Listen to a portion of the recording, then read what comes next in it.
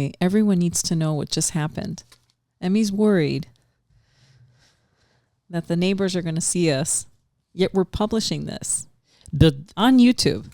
But the internet is different than real life. Yeah, but eventually somebody might. And if they do? Like, it's not like you have a bag over your head. If we weren't recording it in video form, I get it. You could, it's not that we're going to be famous, and I'm not even saying we're going to be famous. What I'm saying is that I don't want to be famous. You're recording it. Like, right. But I don't want them to like confront me about it. Not confront me, but to like be like, hey, you. I know, but if they don't know, if I can limit it by closing the blinds so they don't see inside, I think it'll help that. Well, lucky for you, I think I can reassure you. I think people are more involved in their own lives and they don't care. I don't know, because sometimes I'd be walking by windows and I'm just like, what's in there? yeah. So you think I'm the only one? No, you Everybody can't be the only does one. that. I don't. Now I'm thinking if I do that, do I? If you're ever in traffic, I try not to. Yeah, at a red light, do you ever like find yourself just like looking at the car? Yes, I do. Inside? No, it's more of a glance. Like I try. I'm not. I got a itch in my nose. That's gross. That was him. So, are we starting? Let's start. What's up? Let's start. It's been a sad week. Really? For us anime fans. I knew it. Emmy, I didn't register that. I didn't register that that's why you wanted to talk about sadness. I mean, I feel like it fits. Okay. So Akira Toriyama. Have to sneeze. Are you going to sneeze? It might happen. I'm just warning you. If you sneeze. I'll just do it away from the camera. If you sneeze, I'll call the police. Yeah, they don't have better things to do. No. Well, tell me about your sadness. Let's go ahead. So Akira Toriyama, the creator of Dragon Ball, passed away. And I was actually really fucking sad about it.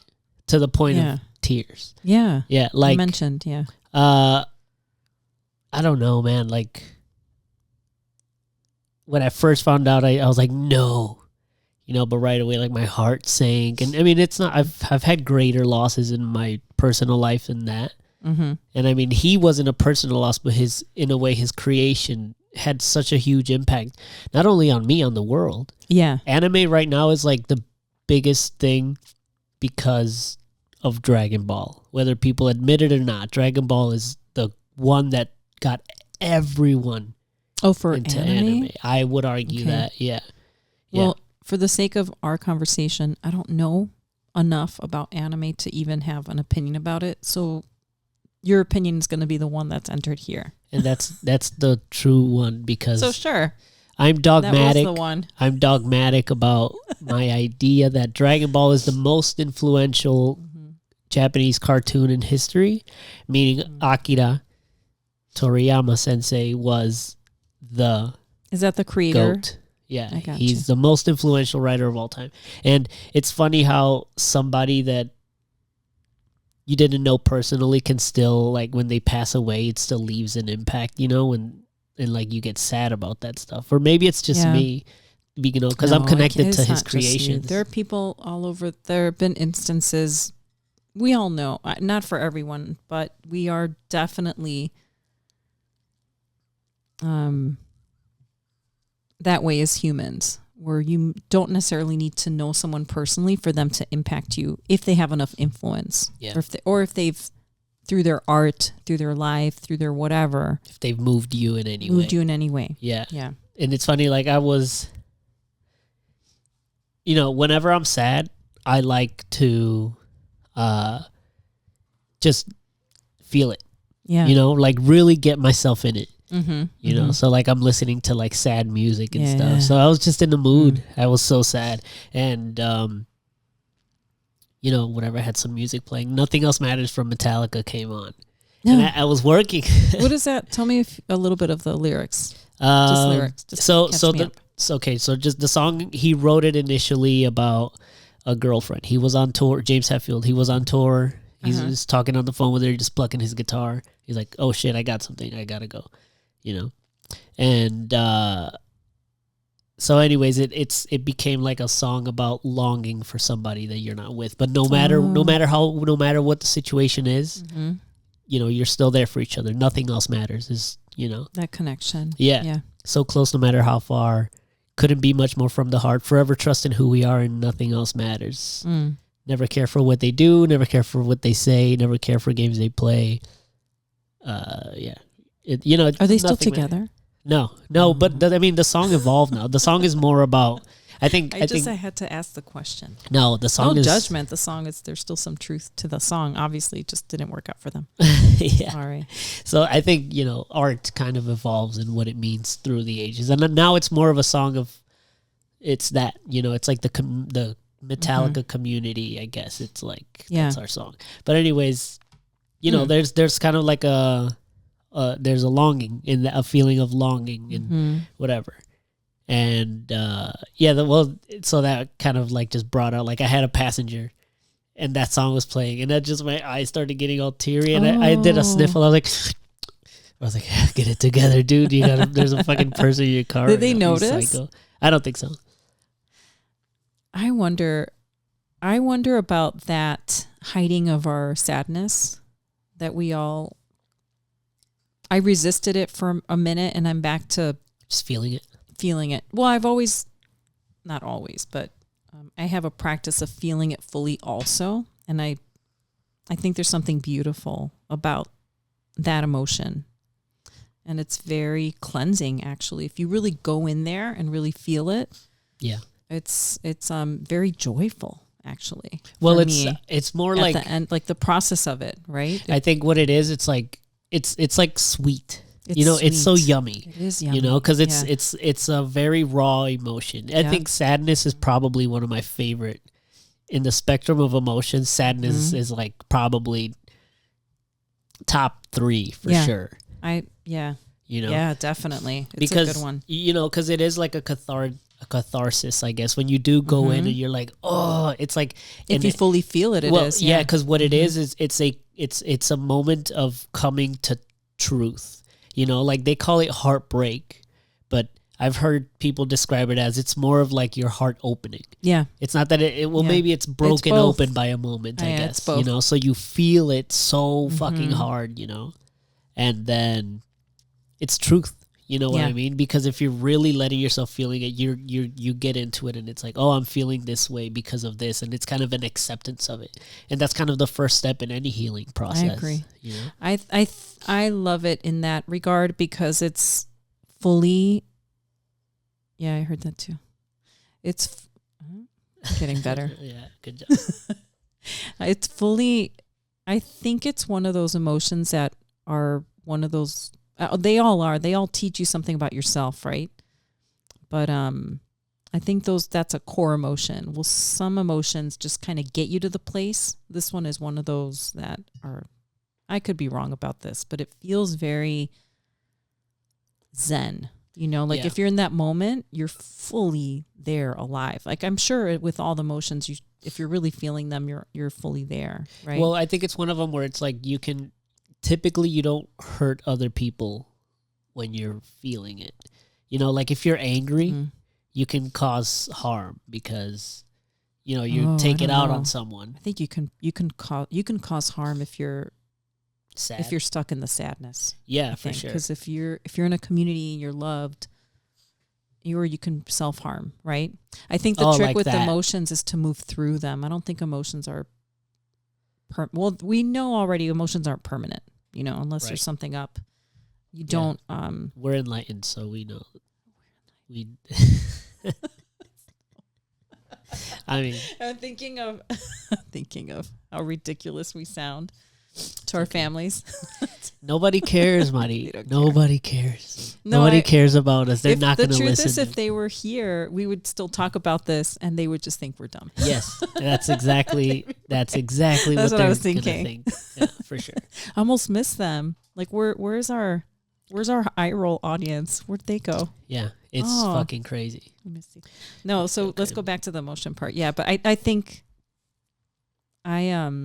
I've been talking about sad songs with Yolis and my dad in them for a few years. We tried talking about that in an episode that probably didn't make it. About like how like the music, the music in our culture. Yes. A lot of it is the best ones are like the sad ones. Yes, the sad ones. Well, right? they are. They're great. Yeah, I would say they're great in the sense of.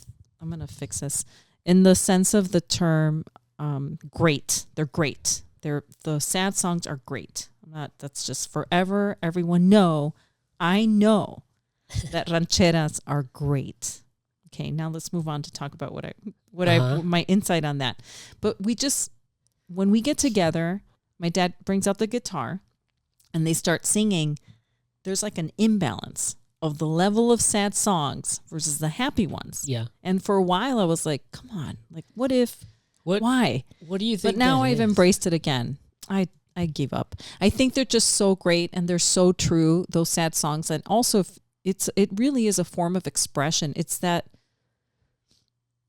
there's like a therapy that comes with it, I think, when you're going through and you're really feeling it. And we're a family of belting it out, okay? Like we're not like, no. We're like, gritos, right? Yes. The Mexican, yeah, you'd say. I know. Sorry. They can imagine. I'll cut that out. Just Google it. It's all over. It's it's fully embracing your sadness with like. So this is what I enjoying it. You're enjoying your sadness in those songs. Ooh, like that's you're dangerous. Feeling it. Well, is it though? That's the question. Now I've come around to be like, it's fine. It's necessary. I don't even know if necessary is the word. It's actually beautiful. It's a beautiful expression because now that I'm not so like ornery about it. I don't know what that word means, but pues enfadada probably, right? Okay. So now tired that I'm not, of it. Whatever. Now I'm like, why are we all sad songs? It was very like that. So then now I'm like, okay, I guess we're sad people. It's fine. Well, I think now I'm seeing it as the beautiful. It is beautiful. Yes. Those songs are beautiful. The singing of them is beautiful. That part of the culture, beautiful. And I don't know if my daughter's going to end up doing that because she doesn't know any of those songs. No. I know them still, but she won't. She's missing out. Unless she chooses to. She's missing out. I tried. I'm lucky that like Giovanni, he's into that paisa shit. The one. Well, well, I heard the other day. So I like indie, and there's like a whole thing of like indie, Spanish indie that I like, and so far nobody in our family joins me. Who? Like nobody knows the songs that I listen to. That I have not found indie? Anyone. Mon Laferte, would that be indie? I guess so. She's like folksy, but yeah, along that vibe, like Cuco and Maverick, all those guys. Cuco, I like Cuco. He's Cuco. Cool. Oh, me too. Yeah. And then I was with Edith the other day, and then it came when I picked the music. That's what I put on. And so, I can't believe you listen to Cuco.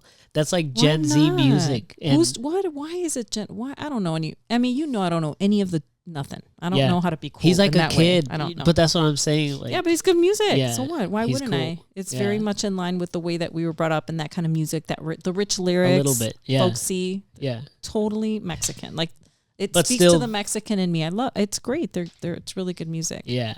There's a band called the Marias that I've probably mentioned to you. But that's how I got into the Marias. Oh. And it's like that. I mean, it's I guess it's like indie music. They don't. But Cuco isn't Spanish either. He says Spanish things, but the songs are he's from LA, I think. He's from, but he sings songs in Spanish. So that's the thing. I don't care where he's from. He doesn't sing full songs in Spanish. ¿Cómo no? Where are you from? Are we talking about the wrong person? Cuco. No, the artist. No, I think there's only one Cuco. He's like a kid, right? Yeah, they're all kids. They all look kind of young. That's another thing that that's okay. It's fine, like weird in that. They all have these like super mature voices, and they're like young. They have like these raspy voices. Really? Well, not all of them. Like Kevin Carl, Ed Maverick, those guys. They're very like, you know. And then you look at them, they look like kids. What the fuck? He's French? No, he's not French. This motherfucker. I don't think we know as much. He's from California, Inglewood. So yeah, like LA area, I guess. So yeah, he's Hawthorne is an American singer-songwriter. Indie pop psychedelia. So I'll let him. I don't care what. I know that I'm saying the genre just for the sake of saying it because that's what he pops does up have on the full account. songs in Spanish. Yeah. Oh, so are we talking about the same artist? Yeah. But I had no idea. You're telling. I had no idea he had English songs. I think most of his songs Because I listen to English. indie in English also, but Do I've you only heard think- him in my Spanish station. What's fair use? Isn't that funny? I think we get like 10 seconds of a song before getting kicked Really? off YouTube. Oh, we had to pick no, we can't do it then. We got to think of a good one. And I think we're 15 minutes in, so we might be okay. Look, I but know we can- Summertime High Time, that's in English. Lover is a Day, that's in English. Like Obviously. I thought most of his You mean 'cause songs it's because the it's way in it says in English. English. Yeah. So then we'll send it to me later. Who cares? Oh, we can talk about it another yeah. time. Most of his songs are in English.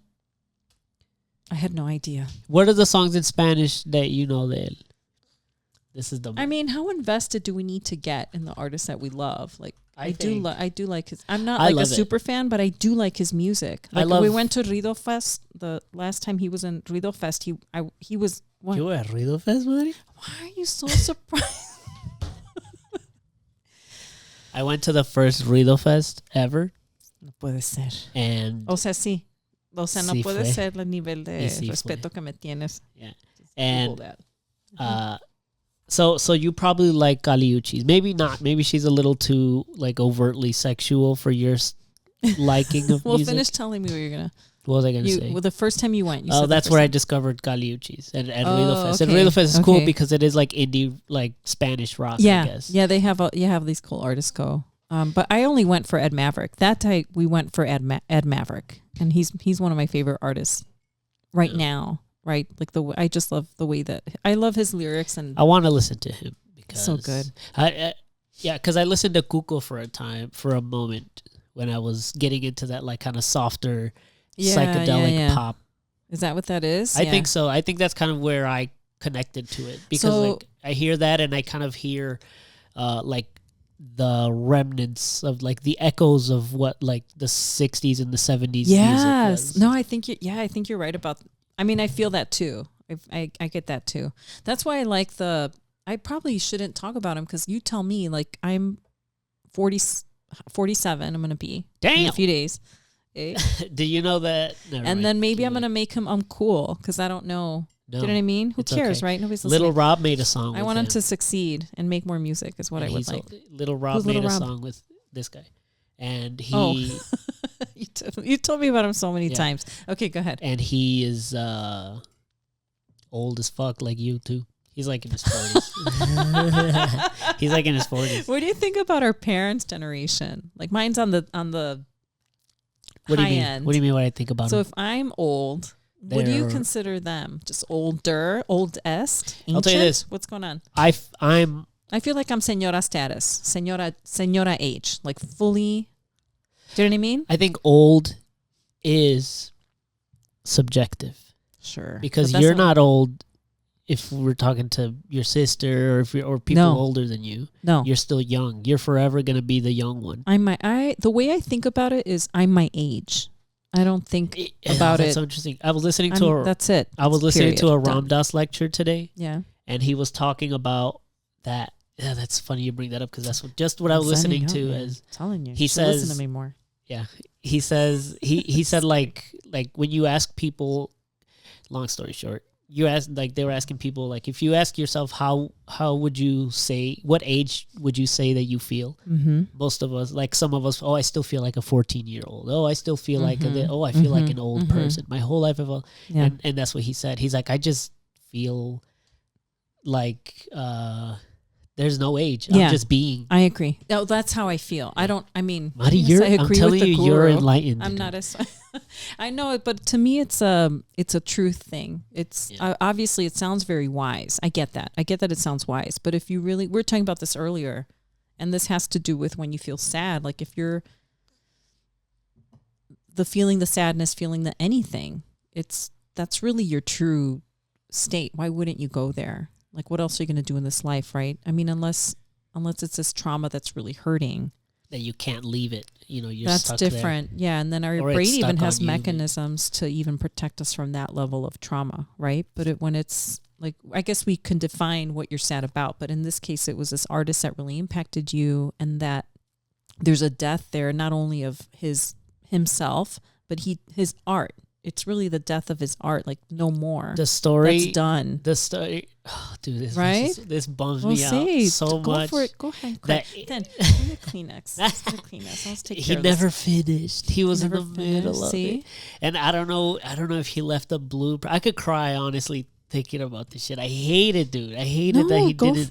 Oh, that you he hate didn't that he finish. didn't finish? Yeah. So it's kind of like loss. so there's a selfishness to it as well, because like yes, he died and fuck man. Yeah. But also like he did, we don't know how the story's going to end.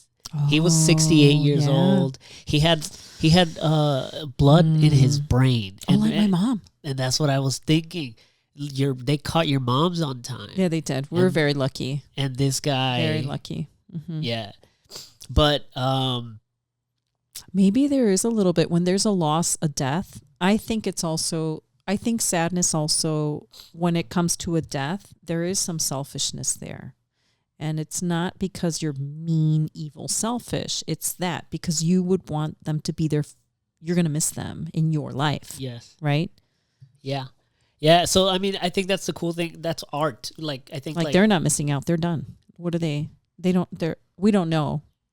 Right? But it's not, a lot of times that sadness for a loss is really for you. Yes. Versus for them. I think that is 100%. I think it's 100%. Because like you said, they're gone. They're gone. They're not there anymore. No. That's the coolest thing about funerals for me. Or wakes, I guess. And yeah. That's an interesting setup. But I know. The cool thing about seeing somebody in a coffin is yeah, I know that sounds crazy, right? Is that you can see the body, and it's kind of like it helps. Like I can see the functionality of a wake. You see the body, and in my experience, it's evidence of that loss. Yeah, in my experience, I see the body in the coffin. I see there. That's all I see. There's like whatever I see when I'm looking at you. Yeah, yeah. Or even if somebody's like asleep, like if my cat is asleep, not even moving, like there's still a light. Oh, for sure. Right, and somebody in a coffin, like. Dead. Yeah, it's an empty. There's I gathered. nothing there. Well, what if like it's? Well, it made me think. Or when have you seen people in coffins? Did you ever watch pro wrestling? Let me tell you about the Undertaker. Oh, okay, I got you. Okay, let's move on. Yeah, yeah. It's like that's I think that's like the functionality of it, right? You get to kind of it helps you come to like, oh, they're not fucking there anymore. But the weird thing is, I've heard people say. Oh man, he's like se ve bien bonito, parece que está dormido. Yeah, I don't think so. I don't agree. And I mean, I would just be like, Do you think they're? I don't think that. But no way, because it doesn't look like that. There's a stiffness, I know especially what it's in like. modern day funerals. Like there's no, because death is really a process. It's not final. It's not final for the body. The body keeps decomposing, right? Yeah. So if we're really thinking about the truth of a death, here. I remember my first funeral being in Mexico, right? It was fast because that body was going to go. You know what I mean? You got to do it that night. And then whoever got there, and you move on. You know what I mean? Everybody gets together. There's a family. There's a ton of people there. Like there's that ritual there comforting, but that body's like in the ground. That's really where it needs to go, right? So, but now it's like they put all these chemicals inside the body, and it stays. You can keep it there for longer. So, and there's green funerals. So, but I'm going to talk about what the contrast from the first time I saw that versus the first time I saw it here. It was very structured. Yeah, very like separate room for the crying, and I thought I was in a Twilight Zone. Like I was like, wait, this was here. I saw, this is my experience. You've been to a funeral in Mexico, right? Yes. And I mean, there are funeral homes. Okay. This is like, I'm talking about way back. Like they weren't pumping up the body. Like they weren't preparing the body. You know what I mean? Los estaban enterrando. Luego, right? I was little. Okay. So that's not saying that they don't do that now. They do, but you're saying over there was a separate crying room? No. Oh, that was here. Here. What? So then I go over, like, I remember when I was little, the first one I ever went to was my mom's grandmother. And we were too little. I have snippets. But then, every year, I mean, it's a small town. How old were you? Every year there was a funeral. I don't know. It must have been 3. Oh, okay. So you have no clue. No. Then, yeah. But by the time growing up, like that experience of you go there and inevitably somebody's going to die. And then you go to the funerals. What's the first one that like actually impacted you? There was one of our family members, del Chilar, and I can't remember who it was, but it was, again, I'm sure it was somebody. Librado? No, that was later. No. I'm so even about after I was that? little. Oh yeah, I was little.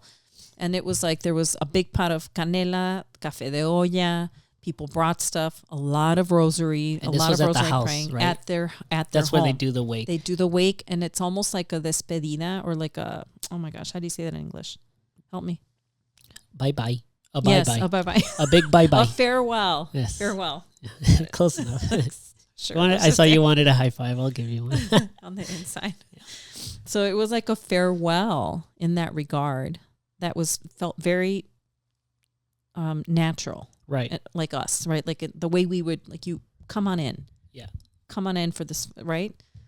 And it was very spiritual, very religious as well. And then here, everything, it was like you would be quiet for the mourners there, but you also, because of the rosaries and people coming in and out, like eventually, do you know what I mean? I'm not saying there wasn't a seriousness, there was, but nobody was hiding from the crying, right? That's the big contrast. So then here, I remember seeing the crying room, and I remember thinking, oh, that's very respectful, because if you didn't want to be sad in front of others, even though we all know we're all sad, like, I don't know why that needs to be hidden, but maybe you're a private person and you don't want to express yourself. Like, it's embarrassing for, I don't know what it is. There's your separate room for you to have privacy in your grief, right? That's nuts. Right. I thought so too when I first saw that, but then here we are growing up here, and do we get used to that? Like, you know what I mean? Then I've been to other funerals where that's the case, and this is this is a diverse city, so obviously it's not every funeral. I don't think I've ever been to a funeral with a crying room here. Really? Well, you don't see that little room aside where families can go? Have you been to a few? A few? Where are they from? That's racist. You can't ask that question. I'm asking you. Like, what's the family culture? Right. What the do we say? first one here that I remember, he was Mexican. This is my high school friend. Yeah, that's okay, so not there. You're not going to use no crying room. Yeah, no, I've never been to a American funeral. I know. I don't know how to say it, because saying American is, we don't even know what that is, right? It could be whatever that just is. American With a crying room, I've never heard that until right now. My first experience of like the open laughing funeral was with an Italian American family. So that felt very close to us. Same thing. You know what I mean? There wasn't. That was the first one, but otherwise there's like a formality, and there's a formality there, but the crying room part of it was the thing that stuck in my brain, where I was like, it's kind of creepy a little bit. I mean, it's kind of like a rejection of the truth that you're going to be sad, and you like. Is it? Or is it like, it's that level of personal where that's your grief. Like, there's like a little bit of like, I don't want anyone, I'm not a show for people. Do you know what I mean? That too. There could be that. Like, my grief is not for you to experience. It's for me, which is correct. Right. But then it's also. So do they take turns in that crying room? No, man. We got to add. No, I think like a bathroom, like it has the in-use thing on it. I think it's for like the immediate family. It's like a courtesy, which I think is kind of nice, right? It's a courtesy. I can see why it would be that. I still think it's fucking nuts, man. But well, it's because we're not used to that. Yeah. But we're experiencing it in a way that we're not used to. Yeah. You know? Yeah, I mean, we're talking about sadness. That's kind of, to me, that's the ultimate.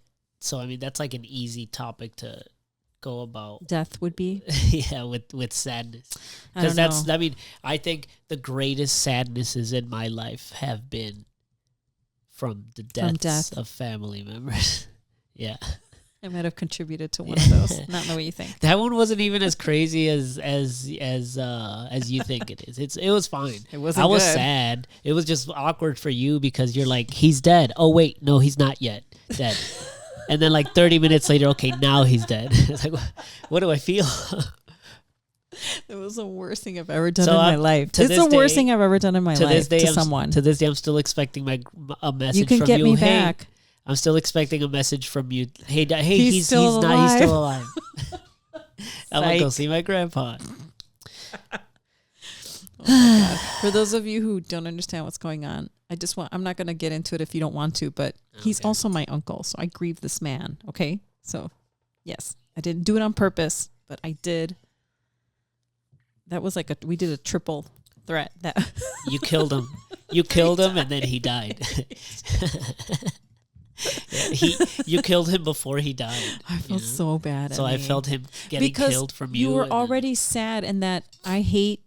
It's not a hate. It was like I would not want to hurt you because I do. I love you. I want all good things for you, right? Sure. So then knowing that I caused you more pain or any back and forth at all of emotional, like that tug of war that you probably, that's not cool. That was not a good thing I did. But I wouldn't call it evil, but it wasn't. It wasn't. I'll tell you what it was. I definitely caused more pain, probably. No, I'll tell you what it was. I think it was the opposite. It was actually fucking hilarious.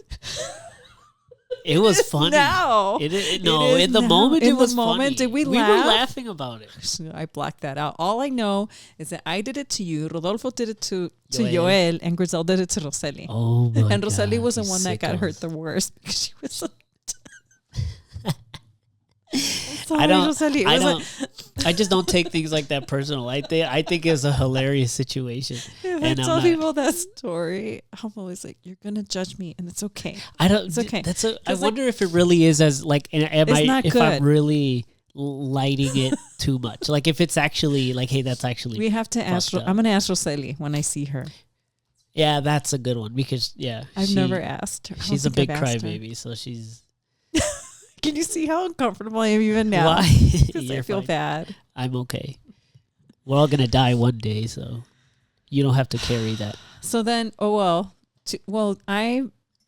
redeeming quality here, I'm gonna call it redeeming because that's what else do we have left in this story that I'm telling that makes me look really bad, which because it is bad. Put a ribbon on it. I recognize it. We're putting a ribbon on it. Is that we do also have a sense of humor. Where you and I would laugh at that for sure. Like, oh, no.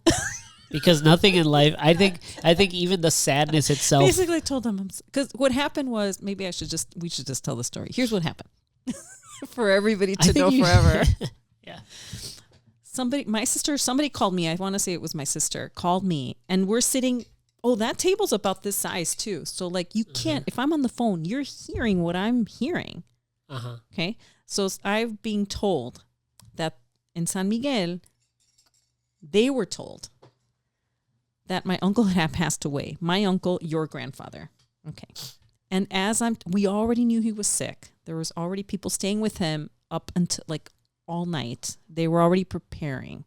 So then obviously you knew. Like, I don't even know if I had to say it, but I had confirmed it for sure when I hung up. And then I get a call, I don't know when later. Oh no. That goes half an hour. They said psych. Yes, exactly. And I was like, oh no. Like I was like, no siempre no. What did I even say? I don't even remember. Horrible. I just remember laughing at the silliness of that situation. With you. No. I would not have on purpose. I know, but that's what makes it funny. The ultimate. That's horrible. I recognize it as a horrible thing. I don't think it's horrible. I think it's okay. It's okay because he was gonna die anyways. You know what I'm saying? Make it better. I think it does make it better because he was already sick. It was only a matter of time. I think him dying and our family, they would have left. If we now this is, I don't tell that story often just because it doesn't come up in conversation. When does that come up? A situation? Oh, that happened to me too. Never. Yeah. I don't. No. Yeah, it wasn't. I think it was more like when you told me that he died the first time. I think it was more like I was sad, but I think it was a relief because he's been sick for so long. Yes, but also I can't shake the fact that you just said, who says this? When you told me he died the first time. When you told me the first time that he died, is what I wanted to say. But it was more like Jesus. ¿Y qué nos llamaba Jesús también? sorry. I'm not being disrespectful. I feel horrible that I did that. Marty, that's a great joke. No, that's a great joke. Makes it so horrible. That's the best joke. It's expensive. Marty, my uncle who we both loved. Please. No puedo. That's the best joke you've ever made. That is, oh my goodness. I didn't know you were capable of making real funny jokes like that. Can you move on from like being surprised? But fine, I like Cuco. I tell jokes. Well, okay, fine. Have you not been in our family? That was a great all joke. We do. We I have joke to around all that. day long. So, even in death. So I think that's kind of what I go to when I'm sad. Art. That's how I let that's my outlet. Even this, this is an outlet. Like this is a creation in a way. We're creating a conversation that is going to be there's published. a transformation. So that's my outlet is either putting myself through something to really putting myself in a situation where I can feel in this case the sadness as much as I have to feel it, just so I can go through it, because if you don't go through it, you're just going to be carrying that shit with you forever, and that's not healthy. I mean, I don't know. Doing that too. Raise the roof. No, I agree with you. Raise I do the agree truth. with you. And that's why you and I, we share that in common, I think. So that's why we're better than other people? No, hell no. No. That's why we're worse than other people. No, we're the oddballs. No, but in that experiencing and going through sadness, like I don't think our people hide from that. Like I don't see anybody. I think like from the death, like we all know, like we're very respectful. Actually, not what I did with you. Obviously, that's not the norm. Like most of us were like that's when we get the most like right. People I'm trying to think if let's try not to add to the pain. Do you know what I mean? That's what I'm very trying to respectful. think. I'm trying to think if there's like the male perspective where you have to be the rock and you have to not cry because you're the one that's there to help let people cry on. I'm sure all the men in our family, but that's the one time that I see people break down is during death. That's it. Because every other thing I don't know what it's like to be a guy in our family. I know what it's like to be even for us, you're supposed to be strong. You know what I mean? There's like you're expected to, Say that to my sister, dude. She didn't get special. Oh, she still feels that pressure. Yeah, for sure. But what do you do when you're a person that is emotional, is more like is where your expression of your emotions is much closer to the surface? Like what do? You know what I mean? Yeah, you toughen up. Or you don't, and you can't, and then you're seen like weaker. Yeah, because you don't. Yeah. So contrast her with, I'm not going to say whose name, but you can think of her in contrast to someone like insert family member here who you don't see get emotional about stuff. And the impression is that they're like strong, put together, right? Yeah. But that's not necessarily true. No, because those are the people that oftentimes are suffering the most. Or we just don't know. And then how does that come out later? Like, do we not? You do know. I don't. Everybody has their own personal experience. I choose to feel it. I know what it's like to try to push it and not feel it and pretend. Good. I don't want to do that. It doesn't feel what I want to do. There's been times where, because like with my cousin's with the death of my cousin, like there was like I got to a point where it's like no more. Actually, no. I think maybe with my uncle, it was more like no more, dude. It's been years. Like no more. Stop crying about this shit. Like really? I physically, whenever I'm like you were done, or you wanted to be done. I was telling myself to stop fucking crying. And it's like it doesn't feel good. It's one of those where like I physically feel myself like the grief trying to come up, and I feel myself literally like trying to gulp it down and get fucking down there, and it just doesn't feel good. I have a saying, and you're gonna help me translate this in English, because it's the thing that I say in Spanish, but I don't know how to say this in English. It's la gente que se va se merece nuestros llantos y más. That's what I say. That's what comes to me as it feels true to me. They deserve our tears and more. That wasn't that difficult to translate after all. No. Just college educated, Mario. Education, Emmy. Yeah. No. It's just something that over the years when I've contemplated Do death. they though? They don't need it. That's kind of thing. I think you deserve. I think it's that thing when, if I think of it in that way, it just allows that release without the, like, let it go. Even if it's for you, like Frozen. like Frozen. Yeah, she had to. She knows stuff. That woman. Yeah. I think it's proper, but actually you deserve it for sure. If we want to if we want to go that route, it's really us. But that relationship deserve it. That, like even a breakup will happen, because if in a breakup, if you're feeling it, you could go the route. I'm like, I don't care about that. I'm just gonna, and you could do that, right? I prefer to feel it. Like, I feel like if there was love there, whatever that is, that deserved my. Much as it deserved my love, it deserves my sadness when it ends, for sure. As does a death. Does the situation deserve it, or do you? If I'm feeling it, just the nature of me feeling it, to me, is enough. I'm trying to for think me to of that. be there. I'm trying to think of that, like, deserve. I'm not sure what we're saying anymore. I don't know either, but I'm trying to think about it. Like, do you I don't know if it's deserving deserves it, or the situation merits it? Maybe it's a given. Like, it's just like it's the truth. Like, yeah, it's like, perfectly fine to feel these things. In fact, normal. Yes. I get what you're saying. Yes. Yeah, I think that's more of the truth of it. It's not so much that you deserve or anyone deserves. That's just human. Deserving life. and not deserving is probably another thing. So, I think you're right about that one. Well, I think I've told you the story before. There's this one teacher that was dying. He's like a spiritual teacher. Uh-huh. And he was in his bed dying, and all his like students or followers, whatever you want to say, were like around his bed crying. Mm-hmm. He's like, "Don't leave us, don't leave us, don't leave us." They were all sad, and he's like, "Don't be sad." He's like, "Don't be so silly. Like, where could I go? Where could I go?" You know what I'm saying? Like that's what he says. He's like, "I'm not going much. anywhere, dude. I'm just not gonna be in my body anymore." Well, I like the Harry Potter story part of it. That's hilarious. I do. It's just so wise. Where there was like the wizard wand thing. Remember that story? I've never seen Harry Potter past like the third one. Because you got divorced, and so I stopped. You were the ones that Harry took Potter me. influence? You guys took me to the theaters to see him. So as soon as that split happened, my split from Well, there was a lot of loss loss that came from that divorce, including a Harry Potter loss. Including a Harry Potter loss. There's a story in one of the movies, one of the books. Oh no, books. But yeah, the movies, where there was a wand or something. There's a story of the three brothers, and they meet Death, and Death makes a deal with them, and one of the brothers asks for power, and one of them asks for something else, and one of them asks to cheat death or whatever. So that Voldemort? No, some other guy.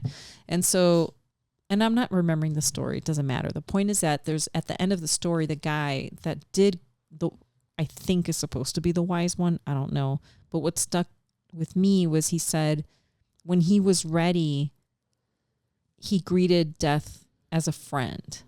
And I liked the thought of that.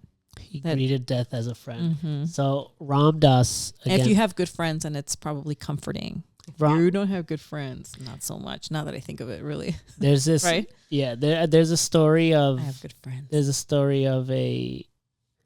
I don't know what. Did you Google Death? Did I? Why is that? I guess I did. Just because we're talking about it. Oh, okay. And then, well, go ahead then. So he's, like, there was, like, Ram Dass was like working with people that were dying, and you just kind of, I guess, just be with them, I guess, as they were dying, and so Ram Dass spoke to this medium, and through this medium he met this entity called Emmanuel. Coincidentally, freaked me out the first time I heard him talk about that. But so Ram Dass asked Emmanuel, I'm working with people that are dying. What can I do to help them? And that Emmanuel told Ram Dass, "Oh, you can tell them that dying is perfectly safe. It's just like taking off a tight shoe. That it's not even." Oh, that's so freeing. Yeah. Taking off a tight shoe. Yeah. I don't know about dying. It's I just will like, let you all know. I don't know. Yeah. The truth is we don't know, right? The closest the last time that I was brought close to that level of loss was when my mom was in the hospital because we didn't know what was going on. It happened so fast. So then I saw her and she didn't recognize me. Well, and that was scary. That was scary because I'm like, oh, this could be it. Like, this could be it for her. Oh. Like, I might have just lost my mom, right? My gosh. In a way. And it was very real. It felt very real. And it was real. It wasn't an illusion. She was actually in the hospital. There was danger, right? Yeah. Based on what she had. And that was, it was a very, like, quick,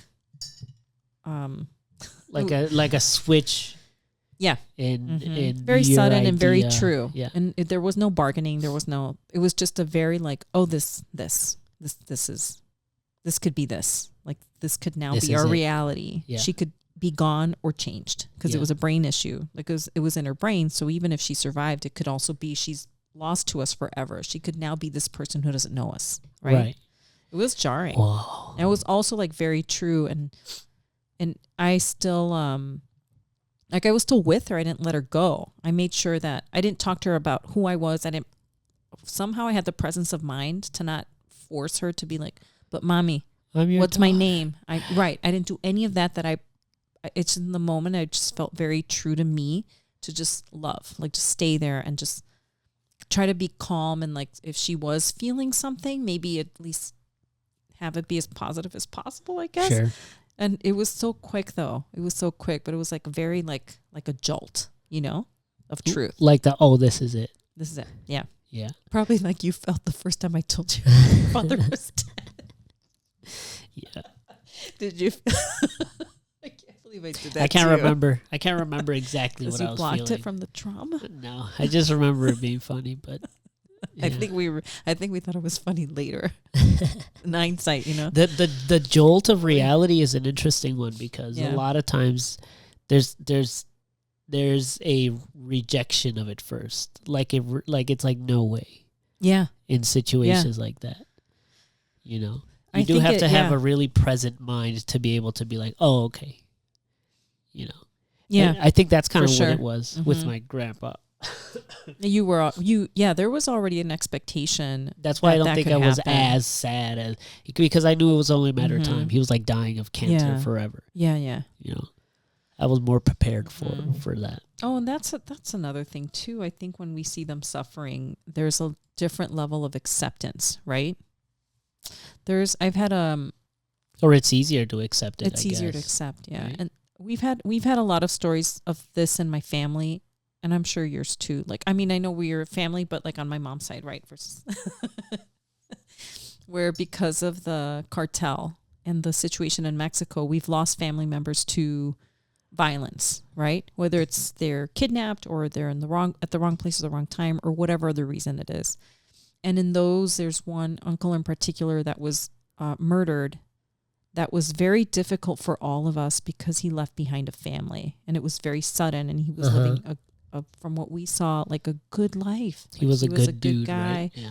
Right. And he had a noble profession, all of that. Like it was there's no sense in him dying. And it was very difficult to wrap your head around. Like it wasn't something that you expected. There was a lot of like, but why?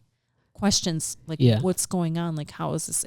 There was an injustice to it, right? It felt unjust, and it was.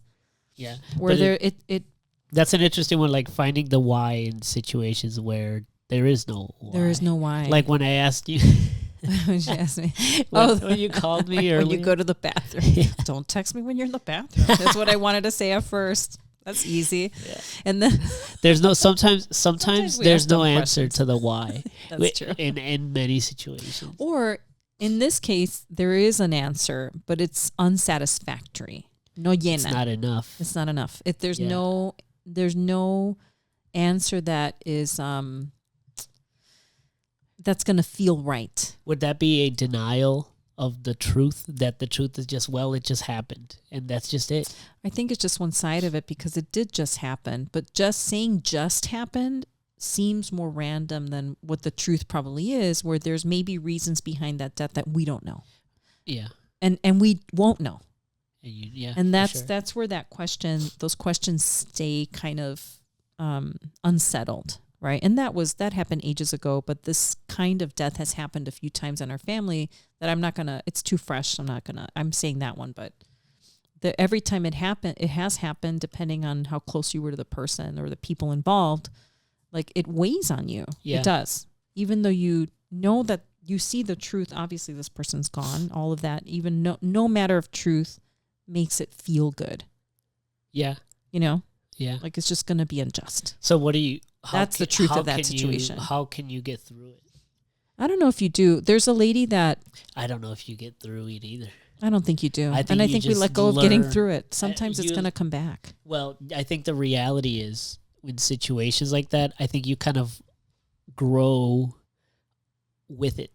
It's just something that you're going to carry with you forever, and you kind of learn how to live the rest of your life holding this grief, because you hold it in your view. I don't think you're holding it. I think it's just a part of this incarnation, if you will. I think it's a part of this thing. See, that's interesting to me, Emmy, because what I think it's more of a transforming that happens.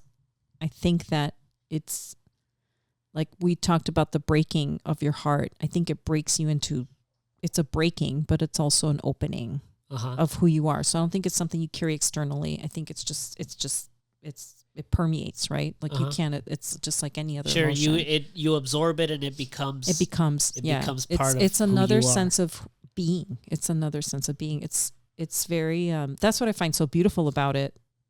Not that we seek out sadness. That's just part of life, right? Like, some people seek out sad situations because that is their normal. You know what I mean? Yeah. They purposely put themselves in situations where it's going to end up not so well because that is where they feel more. Some people feel comfortable in their sadness, in their drama. Yeah, well, it's the same thing. Is drama the same? Yeah, it's all a mellow. You're putting yourself through it because at the end of the day, if you choose I don't know if you choose to, but I think you may, if you're able to choose. Ah, that's good. Because I think for choosing, yeah, I think you have to be aware of a situation for you to choose that situation. Yeah. Some of us aren't as aware, including myself. Like sometimes we just go through it instinctually without being aware. I think once you're aware, then you can intentionally choose. You can choose to just be like, you can choose to just get through it, not past it, or, just not be in it anymore. Yeah. Not be in the whole drama of it anymore. In the grand scheme of things, yes, for you it's a really big loss, but it's been going on for billions of years, so it's not that crazy. No, I don't think it is. I don't think that death or any of the situations that we go through, it could be jarring and shocking to your personal reality, especially if you haven't experienced it before. Yeah. But it's a global truth. It's not like a... And I think when you come to that realization, you can understand that you're not the only one going through this. You're not alone. Yeah. And that kind of takes the weight off of your shoulders. When you know that you're not the only, Well, one of the things I realized that is very true about grief, that is not always comforting, because your grief is fully felt regardless of others. It's not dependent. Your grief and your relief is not dependent necessarily on others going through it. In other words, misery doesn't always love company, right? So your grief is going to be fully yours and feeling it, and you're going to feel it until you're moving through it. Yeah, for sure. And that too. It's more dependent on you than it is of other people suffering, right? Right. So I'm not sure. And in fact, there's been some griefs where even if I know someone else is going through it, I'm like, you're still going to feel it. I'm not saying you're not going to feel it. I know what you're saying, but I think it's great that for you, there's comforting there. But for me, if I'm going through something, knowing someone else, like maybe what the comfort I find is that I can talk to that person about it. But it doesn't make me feel better that somebody else has suffered like me. Do you know what I mean? It's like that's not what's making you feel better. No, it's not. What's making you feel better is what you said. It's the realization that that you're not alone in this situation, because that a lot of times that's kind of there's an opportunity for like healing, I guess, because you can talk to them. I'm going to use my divorce as an example because that's when I was like, here we go again. No, I'm just kidding. That's the safe one to talk about, because knowing that other people, it's that thing that you don't want, or death. Let's say death. Like, I don't want anyone to suffer a death. Like, it hurts. Like I wouldn't want someone else to suffer. It's not. That's a crazy thing though. Like because everyone is gonna die. Yeah, but I don't find like I never feel like haha they got divorced too. Never. Like I don't feel that. No, it's not like, a haha, Marty. Like, I think guys can make it. You know what I mean? Yes, it's not a haha. They're going through it too. No, and it's more like a. I'm not alone. It's like it's always better when there's people around you when you're going through something. I'm telling you, that's cool. I don't experience that.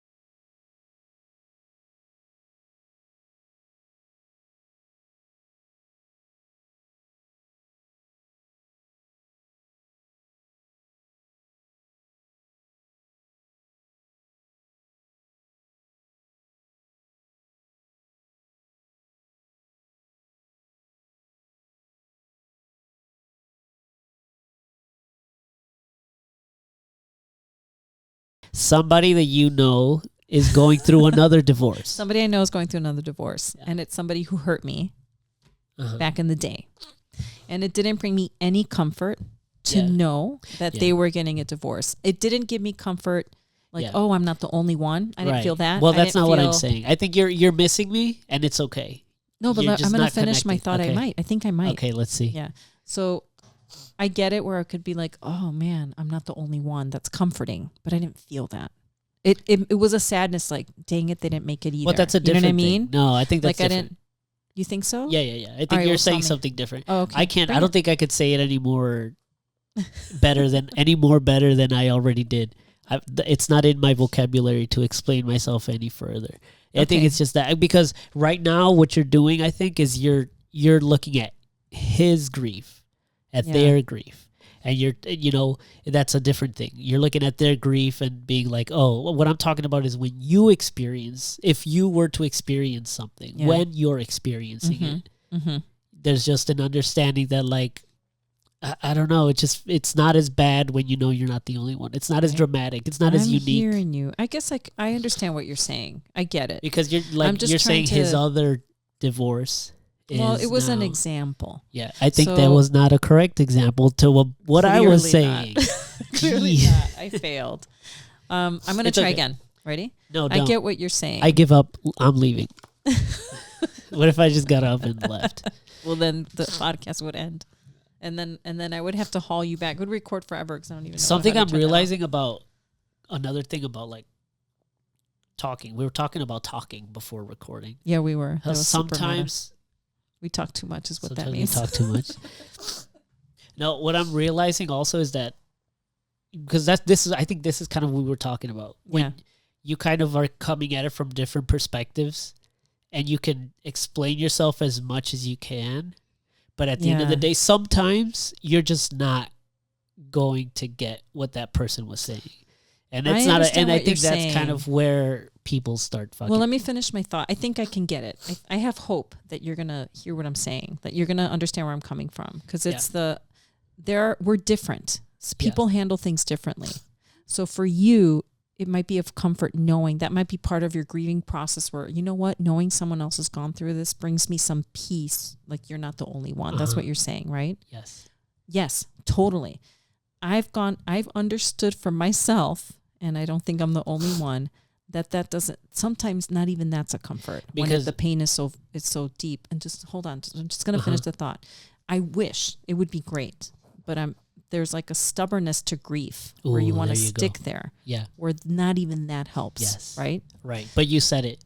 It's out of stubbornness. Oh, for sure. It's but out that's of like, just it's out of the true. denial of the whatever truth. that is. But for me, like then to get through it may not be that route of, okay, I see someone else. Do you know what I mean? Yeah. Like it's not a comfort to me. Does that make sense? Yeah, I understand. So that's what I mean. And it's not that I get what you're saying for sure. And that's great. Yes, for you. But I'm telling you, I'm just over here and kind of when it comes to dealing with that stuff. Right. There's different ways that we all deal with grief. So then that sadness, like it goes down to when you give advice or when you receive enough of the advice, you realize you're like, yeah, I don't think you really understand what I need here. Yeah. Because sometimes people will give you advice through the grief that has helped them. And it's like, great.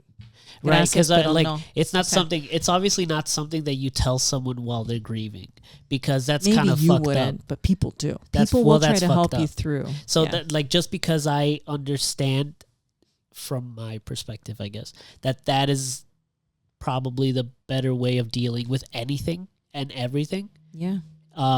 Just because I understand that is to be what I think is true. Yeah. You're crazy if you're trying to be the one that is like, but this is it. This is that you have to feel this. This is how you go. Yeah, no, it's just, I mean, it would be great, right, if we had a template. I think there's like a general framework for how to get through things. Yes, but it's called the Bhagavad Gita.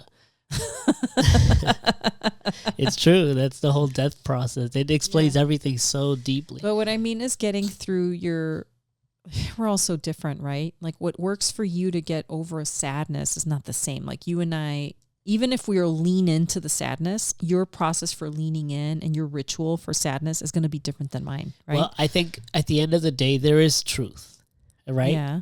And I think that, like, whether a lot of people, whether anybody wants to see it or not, at the end of the day, there is not reality, but there is a deeper truth, and that deeper truth is that we're all the same thing. We're all going through the same Well, the emotion's the same for sure. Yeah. We're all going through the exact same thing through different lenses. Yeah. But at the end of the day, it's still the same thing that you're going through. Oh, for sure. Right? Like the emotion's still the same. Yeah, definitely. Like it's just that you experience it differently because you have a different way of looking at the world based on how you would see it. Like there's like, oh, totally. And I think there's like that expectation, right? When you see someone else, are you okay with talking about your cousin? Yeah. Okay. I know he's my cousin too, but I wasn't as close to him. So I just realized I did that. It was it's okay. He's not your cousin. He is. He's too distant to be your cousin. No, but it's, It is your cousin. There's in that level of sadness when you just give up, like you're done, like or I don't even know what to say. I don't even think it's a giving up. You've decided that's it, right? Right. That's when that sadness that's there. Is it a sadness? I don't know what it is, but how does one get through and fix that? You can't. I don't think you do. That's my point. Because you're a human being, right. And I don't think human beings are capable of actually unless you completely renounce this realm and you go to the mountains and shave your head, and like you can do that. Yeah. But as long as you're here, you're gonna in Chicago, in a city with a job and a fucking rent to pay and whatever. If you choose to live your life that way, you're not gonna get past that kind of grief. Ever. No, I don't think so ever, either. Ever. The best example, I don't know if it's the best example. It's what resonated with me. This lady was somebody, I heard this in an interview, and I'm sorry, I can't remember her name, but it was very, it felt very true to me. Like she had lost her child, not lost, her child had passed away. And she was speaking to that grief. It sounded like that a little bit, right? But no. Where'd he go? She died. Yeah. Okay, so then there's a different finality there. There's a specific grief there versus losing your keys or something. Losing your child. That's like you don't know where they are. That's all right. There's another So then it's she mentioned that for her, the experience was like a roller coaster with equal highs and lows. It's not that you don't go through it anymore. It's when you feel it, you're fully feeling it. Yeah, you it's fully feel the grief. It's like it's not diminished. It just the time between the ¿cómo se llaman? The time between the highs and the lows just maybe it gets a little bit it gets longer. spaced out with time, Yeah. but it doesn't mean you're not fully feeling it each and every time you have the dips and the that's something like that. When she said. I'm when you're at up. the beach and the waves come in and then they come out and then but it's still the water that's coming in. It's still that coming out. Water coming in full force. You got it right. Yeah. So yeah. And sometimes and actually sometimes you do you feel it a little bit more than other days. Sometimes it's just like fuck. Right. And then sometimes it's like fuck. Dude. Exactly. Yeah, that's the nature of sadness and grief. Is sadness, this is what I wanted to ask right now. We started talking about sadness, but is grief the same thing as sadness, or is sadness a part of grief? Because grief is a much bigger thing. Yeah, I agree with you. I think guess we're talking about grief, and that's my Tune fault. in next week. Yeah. No, I like it. Well, we said I'm grieving the loss of. Then it is about grief. But sadness is one of the symptoms of grief. Also anger. We're going to go through all of them. We're going to go through all of them. Have you well, that's that anger you were telling me. There's a little bit of anger like, oh, I still needed more from you or whatever. Or I that think there was a lot of anger. Wait, what are we talking about? Your experience with Goku's creator. Oh. I forgot what his name. I haven't felt anger about that Not one yet. I don't think I'm going to because I'm just like the loss, selfish loss we talked about. Yeah. I think I'm lucky that I don't think I was, as much as I think this is a formative story for who I am. Yeah. I think I'm past getting, I don't know. I think I'm past getting angry for I'm never going to get the resolve to this, arguably one of the greatest stories ever told in the history of mankind. Maybe he never meant to resolve it, though. Well, because he didn't seem... This is a man. I don't know much about this, okay, but I do just from past relationship. Like, I got brought in because of, like, when I was... You know what I mean? I got brought into this without meaning to. And you should be grateful. And you should be grateful. My experience with this person, it was very... Like, the guy powered up for like an hour. The whole episode. He was powering up. Do you know why they let him power up for that long? Because if you're a warrior, you're a Saiyan warrior, you have such a deep sense of pride that if you're going to defeat someone, if you're a true warrior, and you're going to defeat them, you're going to defeat them at their best. Because if you defeat them before they powered up all the way, you're just a coward. Isn't it because they just needed they were actually powering up in other words, it was necessary because it took that long to get to full force, and that's how you're going to win. Like, well, yeah, sure, but if you're, but you whenever let them they have powered up, but you let them. They didn't do so well, did they? What are you talking about? Did they? No, but that's the whole point. If you're gonna defeat them, you're gonna defeat them at their highest power. Because if not, you didn't let them. Then you're a loser. Who explained this? I'm telling you what Saiyan pride is. I know you're saying. Is this your opinion? Is this your educated guess? Because you're. No, because I think is this the creator saying that? No, or I think I think this is a very general. The story's not as deep as people may think it is. It's as simple as it's a story. It's Saiyan pride. It's Saiyan pride. Imagine just pride. Well, I just think that he probably was like, I'm going to keep writing this story. You know what I mean? Well, here's the crazy thing. Why would he end it? Here's the crazy thing. The story had ended. Love it. The story had ended for 20 years, 15 years. But then he's like, fuck it. I'm coming back and I'm going to start I'm going to start it again somewhere in between the second to last episode and the last episode. That's what we've been getting the last 10 years. Whatever. Because in the last episode, like the kid had already been, like his granddaughter had already been born. The kids were older. From the guys that I used to, I knew. I don't know that storyline. So I know the story with these guys. Do you remember the orange jumpsuit guy with that hair? That's Goku. Yeah, not that hair. There's on the this hair guy, and then there's that hair guy. I could. I'm sorry, I just don't know their names. Let's have Carlos on to talk about Dragon Ball. I think so. I can't be the one. So I can't. I don't have any. I have zero knowledge. I can know explain is to powering you. up. The powering up is essential because you power up. And there was a little kid that was super cute, and he was fun. And there was like an animal, I think.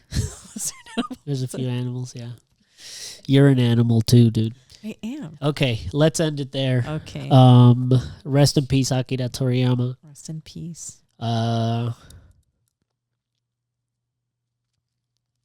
Let's read a poem. Cut. Yeah.